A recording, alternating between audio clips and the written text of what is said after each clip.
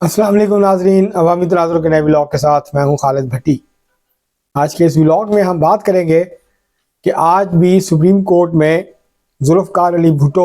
शहीद रेफरेंस की जो समाअत थी वो जारी रही। आज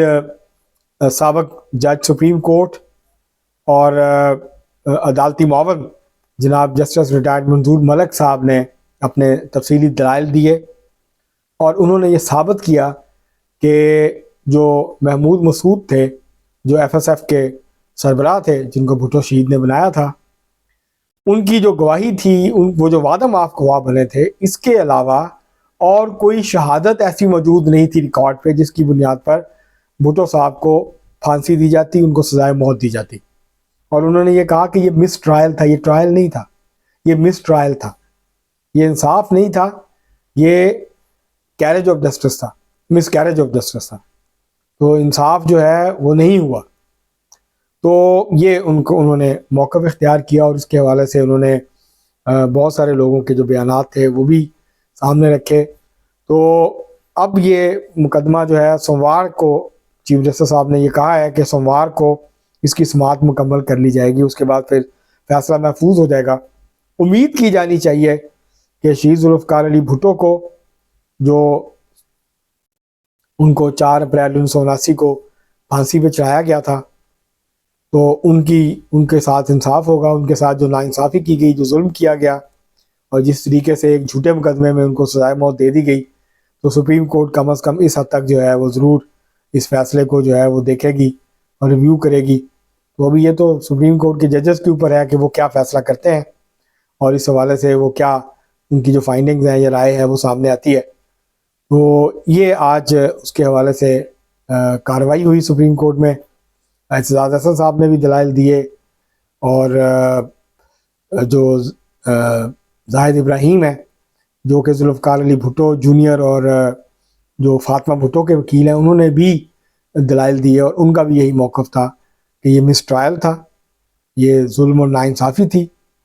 और ये सारा कुछ ऐसे माहौल में किया गया जब मुल्क में माशाल्लाह था। और ये जो था एक दबाव था और ये सारी जो चीज़ें इस ट्रायल के दौरान सामने आई। लेकिन जो जस्टिस रिटायर्ड मंजूर मलिक साहब के दलाइल थे, क्योंकि वो बहुत जो है मजे हुए वकील हैं क्रिमिनल के कानून के हवाले से, तो वो उन्होंने तफसील के साथ जो इसकी खामियां थी ट्रायल की, उनको तफसील के साथ जो है वो अदालत के सामने रखा। तो ये अब लग ये रहा है कि ये सोमवार वाले दिन, मंडे को, ये केस कंक्लूड हो जाएगा। इसमें जो आर्गूमेंट्स हैं वो मुकम्मल हो जाएंगे और आर्गूमेंट्स मुकम्मल होने के बाद जो है फिर इस पर फैसला महफूज होगा। अब ये डिपेंड करता है सुप्रीम कोर्ट के ऊपर कि वो क्या सिम्बॉलिकली इस फैसले को 4 अप्रैल तक लेके जाना चाहेगी, क्योंकि जो जुल्फ़िकार अली भुट्टो की फांसी का दिन है, या उससे पहले ये फैसला जो है सुप्रीम कोर्ट सुना देगी। तो बहरहाल ये अब चीफ जस्टिस और जो 9 रुकनी बेंच है उसके ऊपर डिपेंड करता है, क्योंकि सरदार तारक मसूद साहब ने रिटायर हो जाना है मार्च में। तो हो सकता है उनके रिटायरमेंट से पहले ये फैसला आ जाए, वो भी हो सकता है कि उनकी रिटायरमेंट के बाद आए। तो ये हो सकता है कि 4 अप्रैल की तारीख जो है वो चुन ले सुप्रीम कोर्ट, या जो है वो उससे पहले ये फैसला आ जाए। बहरहाल कल ये केस कंक्लूड हो जाएगा और काफ़ी अरसा ये सर्द खाने में पड़ा रहा, कोई इसको सुनने के लिए तैयार नहीं था, इसको लगाते नहीं थे। आखिरी दफ़ा इफ्तिखार चौधरी साहब के दौर में इस केस की समाअत हुई थी, उसके बाद फिर ये दोबारा इस केस की जो है वो समाअत नहीं हुई। तो आज जो है वो ये बात भी हुई, इस वाले से भी बात हुई कि जी क्या भुट्टो साहब ने, जुल्फ़िकार अली भुट्टो शहीद ने, क्या जो उस वक्त के चीफ मार्शल एडमिनिस्ट्रेटर थे, फौजी आमर थे, जनरल ज़ियाउल हक, क्या उनको जो है वो पिटीशन की थी, क्या उनसे पार्डन जो है वो पिटीशन की थी। तो इसके ऊपर एजाज़ हसन ने कहा कि नहीं, उनके जुल्फ़िकार अली भुट्टो के जो दोस्त थे ग़ुलाम जिलानी, जो गालिबन आसमा जिलानी के वालिद थे, उन्होंने जो है वो पिटीशन फाइल की थी, मर्सी पिटीशन फाइल की थी। तो उसके ऊपर जो है वो चीफ जस्टिस साहब ने भी कहा और उसके ऊपर जस्टिस सरदार तारक मसूद साहब ने भी कहा एजाज़ हसन साहब को कि आप इस मामले में मत जाएं, क्योंकि चीफ जस्टिस साहब का मौक़िफ़ ये था कि आप मर्सी पिटीशन जो है, रहम की अपील उस वक्त सदर को फाइल करते हैं जब आप गिल्टी महसूस करे हों, आप समझते हो कि आप गिल्टी हैं, तो आप इसमें मत जाएं। तो बहरहाल ये एजाज अहसन साहब ने इसके ऊपर बात की, लेकिन उसको उनको रोका गया, उनको टोका जजेस ने इस मसले के ऊपर कि आप इस तरफ मत जाएं। तो बहरहाल आज जो सबसे अच्छे दलाइल थे वो जनाब जाहिद इब्राहिम फ़खरुद्दीन साहब के थे, और उसके साथ साथ जस्टिस रिटायर्ड मंजूर मलिक साहब के थे, जिन्होंने इसके ऊपर तफसील के साथ और खुल के जो है वो दलाइल दिए और तमाम जो खामियां थी इस ट्रायल की उसको सामने जो है वो लेके आए। तो अब ये इतने अरसे से सख्त खाने में पड़ा हुआ था, कम अज़ कम चीफ जस्टिस साहब जो है जब आए हैं काजी फायजी साहब, उन्होंने इसको फिक्स भी किया, इसको सुना भी, कई समातें हो चुकी हैं, इसको सुना भी, और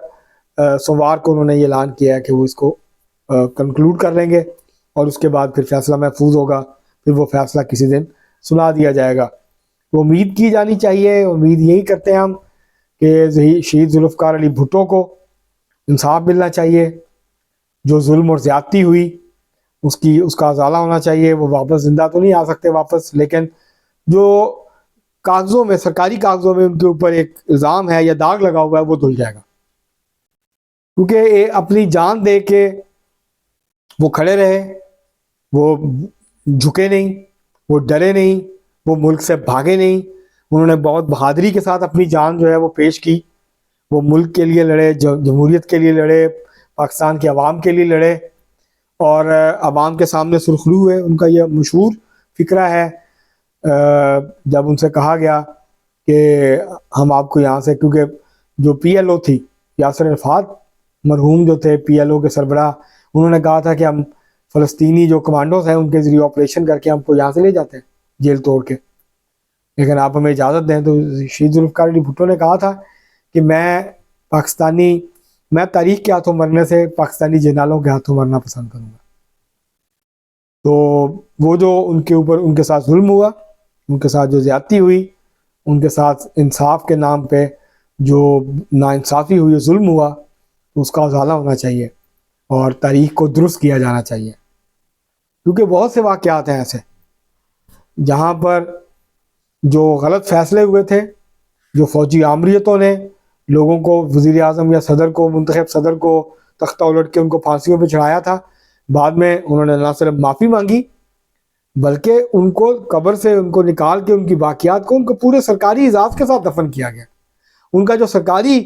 जो उनका हक बनता था, जो उनका एजाज़ बनता था, वो उनको दिया गया, बाद अज़ मर्ग ही दिया गया। लेकिन इस बात का एतराफ़ किया गया कि हमने ज़्यादती की, हमने जुल्म किया, हम माफ़ी मांगते हैं और हम तारीख को दुरुस्त करते हैं।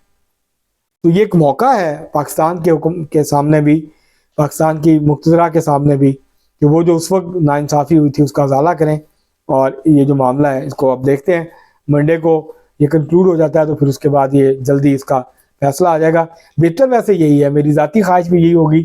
कि 4 अप्रैल को ये फैसला सुनाया जाए और इसमें जुल्फ़िकार अली भुट्टो साहब को ये जो इसमें 4-5 पॉइंट्स उठाए गए हैं इसके हवाले से सुप्रीम कोर्ट अपनी राय दे और जुल्फ़िकार अली भुट्टो के जो ट्रायल था वो डिक्लेयर करे कि वो मिस कैरेज ऑफ जस्टिस था, वो जुल्म था, इंसाफ के नाम पे इंसाफ नहीं हुआ था बल्कि मिस ट्रायल था, और कोई ऐसी शहादतें मौजूद नहीं थी कि जिसकी बुनियाद पे इतना बड़ा फैसला सुनाया जाता। और भाई 4-3 का फैसला था, 4 जजेस ने कहा फांसी होनी चाहिए, बहाल रखा हाई कोर्ट का फैसला, और 3 जजेस ने उनके फैसले से इत्तेफाक नहीं किया और कहा कि इनको बरी होना चाहिए। तो 4-3 के फैसले के बावजूद उनको फांसी दे दी गई, और हाई कोर्ट ने बजाय इसके कि नीचे कोर्ट में, सेशन कोर्ट में इसका चलान होता, वहाँ पे ट्रायल होता, हाई कोर्ट ने ट्रायल किया, और हाई कोर्ट ने तो उसके बाद आज तक नहीं हुआ। हिंदुस्तान की तारीख में 2 ही वाक़यात हैं, एक मुत्तहिदा हिंदुस्तान का वाक़या है गालिबन 1922 में हाई कोर्ट ने, इलाहाबाद हाई कोर्ट ने, गालिबन लखनऊ हाई कोर्ट ने, यूपी की जो हाई कोर्ट थी वहाँ पे उसने डायरेक्ट एक फैसला किया था इस तरह का कत्ल का, और या ये दूसरा वाक़या ये है जुल्फ़िकार अली भुट्टो का। इसके अलावा पूरी जो जब से जुडिशरी बनी 1860 के बाद से अदालतें बनी, तो उसके बाद से लेके आज तक ये 2 ही वाक़यात हैं इस तरह के, ये कोई रवायत नहीं है, लेकिन इसको मिसाल के तौर पे भी पेश नहीं करते। तो इससे आप अंदाज़ा लगा सकते हैं कि किस किस्म का ट्रायल था और किस तरीके से जुल्फ़िकार अली भुट्टो शहीद को जो है वो फांसी पे लटकाया गया। तो ये पाकिस्तान की तारीख का एक स्याह बाब है, इस स्याह बाब को मिटाने का जो है वो मौका है सुप्रीम कोर्ट के पास। उम्मीद की जानी चाहिए कि इस पर अमल होगा और इसको जो है वो उनको ये जो उनकी जो सजाए मौत थी उसको कहा जाएगा कि ये गलत थी, और वो जो शहादतें थी और जो सारा मामला था, ज़ाहिर है सुप्रीम कोर्ट ने ट्रायल तो नहीं किया ना, उसमें जा सकती है, लेकिन जो कानूनी नकाइस हैं इसके अंदर ट्रायल के अंदर, उसके ऊपर ज़रूर सुप्रीम कोर्ट जो है वो अपनी राय दे सकती है। इससे पहले कि हम अपना व्लॉग का अख्ताम करें, आपसे गुजारिश है कि अगर आपने हमारा चैनल अवामी तनाज़ुर अभी तक सब्सक्राइब नहीं किया, उसको सब्सक्राइब कर लें। आपको व्लॉग पसंद आए इसको शेयर करें, लाइक करें और महज़ब अंदाज से अपनी राय का इजहार करें। बेल आइकॉन ज़रूर दबा दें, टल्ली ज़रूर खड़का दें। अब तक के लिए इतना ही, बहुत शुक्रिया।